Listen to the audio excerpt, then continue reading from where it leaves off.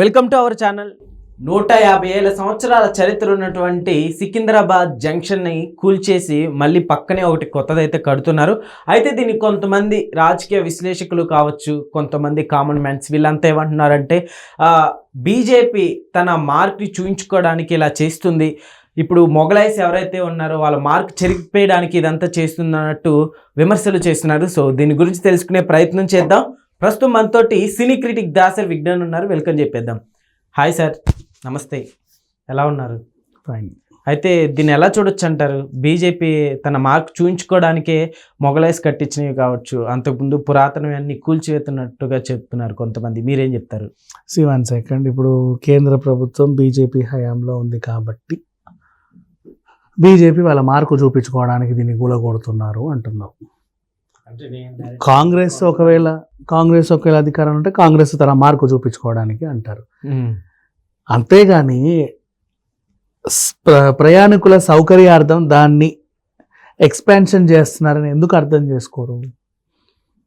Basic సరే, అది చారిత్రాత్మకమైన కట్టడమే, ఎవరూ కాదన్నారు. అవసరాలు పెరిగిపోయాయి. సికింద్రాబాద్ రైల్వే స్టేషన్కి నిత్యం కొన్ని లక్షల మంది వస్తున్నారు ప్రయాణికులు, హైదరాబాద్కి ఎక్కడెక్కడెక్కడ నుంచో. ఇక్కడ కట్టడాలు ఎక్కువ, కన్స్ట్రక్షన్స్ బాగా జరుగుతున్నాయి. ఇక్కడ వాళ్ళని పనిచేయమంటే చేయట్లా, సీరియస్లీ చేయట్లా. జనాలు కావాలి, రాజస్థాన్ నుంచి, బీహార్ నుంచి, ఎక్కడెక్కడెక్కడ నుంచో, నలుమూల పాట్నా నుంచి, ఎక్కడి నుంచో తెచ్చుకుంటున్నారు. వాళ్ళందరూ ఇక్కడికి వచ్చి జాబులు గట్రా చేసుకొని ఎంతో కొంత సంపాదించుకొని ఆ కన్స్ట్రక్షన్ పీరియడ్ అయ్యేంత వరకు అదే బిల్డింగ్లో కింద ఆ మూలకో ఈ మూలకో ఉంటారు. 6 నెలలకి 7 నెలలకి. ఇప్పుడు నువ్వు తండేలు సినిమా చూసావా? 9 నెలలకు ఒకసారి వస్తాడు అక్కడ. వీళ్ళు కూడా అంతే, 6 నెలలకో 7 నెలలకో ఎప్పటికో 2-3 నెలలు ఆ కన్స్ట్రక్షన్ అయిన తర్వాత వాళ్ళ ఇళ్ళకి వెళ్తారు, సంపాదించిందంతా తీసుకెళ్ళి. వాళ్ళకి పండగ కొన్నాళ్ళు, అది ఖర్చు పెట్టుకునే లోపు మళ్ళీ ఒక మేస్త్రి వచ్చి పని ఉంది రండ్రా, ఇంకో పెద్ద ప్రాజెక్ట్ వచ్చింది అంటారు. పెద్ద ప్రాజెక్ట్ అంతా వీళ్ళకి ఏంటో 50 మంది కూలీలు పనిచేయగల ఒక బిల్డింగ్, నిత్యం అందులో పనిచేయాలి వాళ్ళకి అక్కడే. ఇలాంటివి ఉంటాయి. సో ఎక్కడెక్కడి నుంచో ఇట్లాంటి వాళ్ళందరూ బోల్డని కన్స్ట్రక్షన్స్ జరిగేసరికి జనాభా వస్తుంది. నువ్వు హైదరాబాద్ జనాభా ఇంతమందే అంటే నువ్వు ఓటర్ లిస్ట్ ప్రకారంగా చెప్తున్నారు మీరు జనాభా ఇంతమందే అని. ఇప్పుడు ఒక ఇండిపెండెంట్ హౌస్ ఒకటి ఉంది, ఆ ఇండిపెండెంట్ హౌస్లో ఒక ఫ్యామిలీ ఉంటారు, అంకుల్, ఆంటీ, 2 పిల్లలు. ఓకేనా? ఆ 2 పిల్లలు కూడా ఇక్కడ ఉండి చావరు. ఒక ఆమె పెళ్ళి వెళ్ళిపోతుంది, ఇంకొకటి బెంగళూరులోనే ఎన్నో ఉంటాడు. వీళ్ళిద్దరే ఉంటారు. వీళ్ళు చేసే వ్యాపారం ఏంటంటే హాస్టల్ బిజినెస్ అనుకో. పైన ఏపుకో 4 ఫ్లోర్లు లేపేస్తారు, రూములు 10-20 రూముల నిండా జనాలు. ఆ బిల్డింగ్లో ఓటర్ లిస్ట్ ప్రకారంగా అందులో ఉండేది 2 లేదా 4. హైదరాబాద్ జనాభా 4. డన్. ఓకే.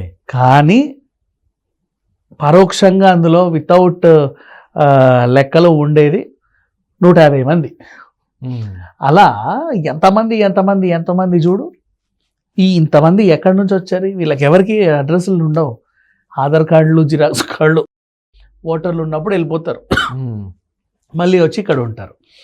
మీరేమో హైదరాబాద్ జనాభా అని చెప్పేసి ఎవరికైతే ఇక్కడ ఓటు హక్కు ఉందో వాళ్ళని మాత్రం లెక్కేస్తారు.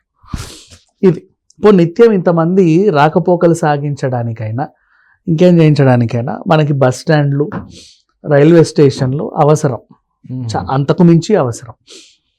సో ఇప్పుడు ఏం జరుగుతుంది? చెర్లపల్లి టెర్మినల్ని తెచ్చారు, కొన్ని రైళ్లను అక్కడ ఆపి ఏదో చేయాలని. కాచిగూడ, నాంపల్లి ఆల్రెడీ సర్వీసులు ఇస్తున్నాయి, బట్ నాంపల్లి సిటీ మధ్యలో ఉండేసరికి కాచిగూడ కూడా అక్కడ మంచి అది రద్దీ ఏరియానే. వాటి మీద కొంచెం భారం తగ్గి లింగంపల్లి వరకు వెళ్ళింది. లింగంపల్లిని కొంచెం చేశారు, అక్కడ నుంచి కొన్ని స్టేషన్స్ రైళ్లు రావడం పోవడం. ఇక బస్సులు అంటావా, ఎంజీబీఎస్ అండ్ ఇది తప్ప ఇంకోటి లేదు మనకి, జేబీఎస్ తప్ప. దీనికి వీళ్ళు ఏం చేశారు, ఉప్పల్లో ఒక టెర్మినల్ కడితే అటు తెలంగాణకి వెళ్ళే వాళ్ళకి కొంచెం సౌలభ్యంగా ఉంటుంది. ఎల్బీ నగర్లో ఒక టెర్మినల్ని కడితే ఇటు ఆంధ్రాకి వెళ్ళే వాళ్ళకి సౌలభ్యంగా ఉంటుంది. ఇంకొక టెర్మినల్ని ఇంకో చోట ఎక్కడో కట్టాలనుకున్నారు. ఇలా మొత్తం 3 టెర్మినల్లని వీళ్ళు ప్రతిపాదించారు.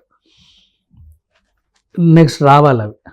ఇకపోతే ఆధునీకరణ, మనం నాంపల్లిని ఆధునీకరించలేము, ఎందుకంటే ఎటు జరపాలన్నా కూడా చుట్టూ కట్టడాలే నడిబొట్టు. అక్కడ ఒక్కసారి ఏదైనా బెల్లం దించాలన్నా సరే గంటలు గంటలు ట్రాఫిక్ జామ్ అయిపోతుంది, ఎటు మళ్ళించలేము, కష్టం. కాచిగూడ అంతే. సికింద్రాబాద్కి సౌలభ్యం ఉంది, అక్కడ కొంచెం వీళ్ళకి ల్యాండ్ ఉంది కాబట్టి వెనకాల దాన్ని కొంచెం ఆధునీకరిస్తే ఆ పక్కన ఈ పక్కన ఇప్పుడు ఏంటి అక్కడున్న వాళ్ళందరికీ అనుకూలంగా ఉంటుంది, ఈజీగా రావచ్చు, ఈజీగా వెళ్ళవచ్చు. కానీ ఇదంతా చేయాలి అంటే నీకున్న ప్రాబ్లం ఏంటంటే చారిత్రాత్మక కట్టడం. ఇది ఎప్పుడో 150 ఏళ్ళు నిజాం నవాబు కట్టించాడు. అప్పట్లో 1874లోనో ఏమో అది కట్టారు. తర్వాత 1916 వరకు కూడా నిజాబ్ గ్యారెంటెడ్ అని చెప్పేసి ఒక రైల్వే స్టేషన్, ఇది ప్రధాన రైల్వే స్టేషన్ అయింది మనకి.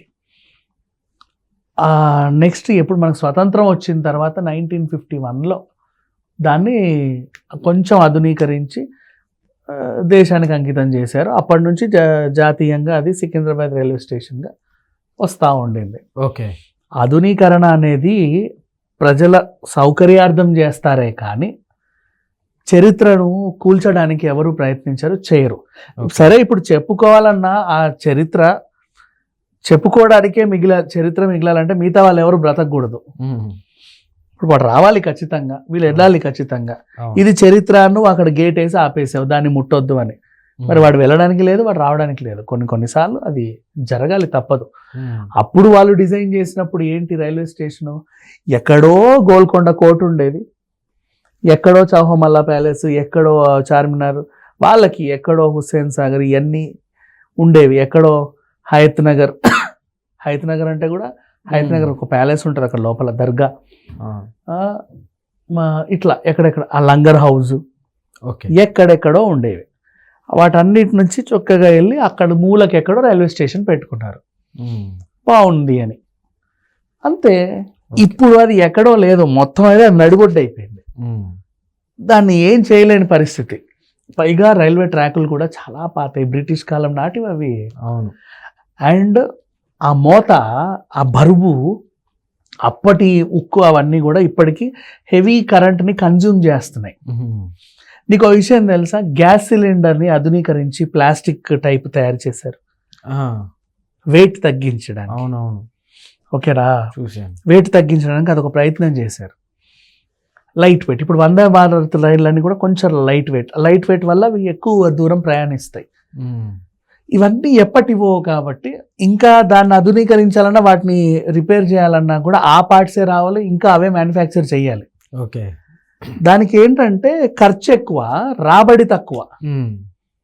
నువ్వు భరించాలంటే ప్రజెంట్ ఇప్పుడు ఆ పాత రైలు పట్టాన్ని నువ్వు మళ్ళీ మ్యానుఫ్యాక్చర్ చేయాలి అంటే అంత వెయిట్తో స్టీల్ని మళ్ళీ నువ్వు చేయాలి.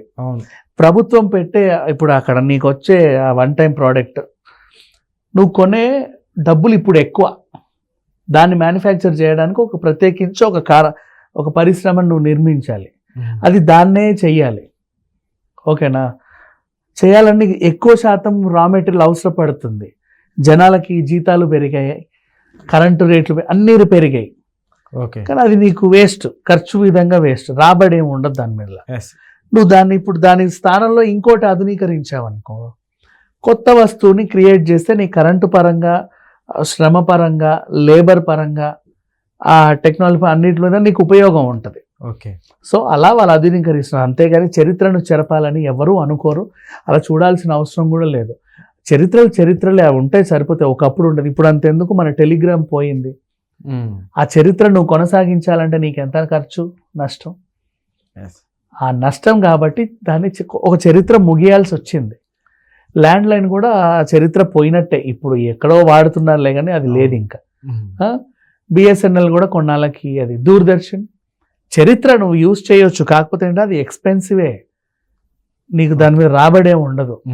అలా ఇప్పుడు ఆ ఖర్చు పెట్టే సొమ్మంతా ప్రజాధనమే, నీ కళ్ళ ముందే ప్రజాధనం దుర్వినియోగం అవుతుంది. ఎవడో దొబ్బేవి నల్లధనం వదిలేయి, ఇదైనా సరే నష్టమే. దాన్ని ఆధునీకరిస్తేనేమో చరిత్రని జరిపేసావంటావు, కొనసాగిస్తేనేమో మా ధనం అంతా దుర్వినియోగం అంటావు. ఎట్లా ఏ ఏడుపు నువ్వే ఏడిస్తే చేసేవాడు ఏం చేయాలి? Okay sir, thank you.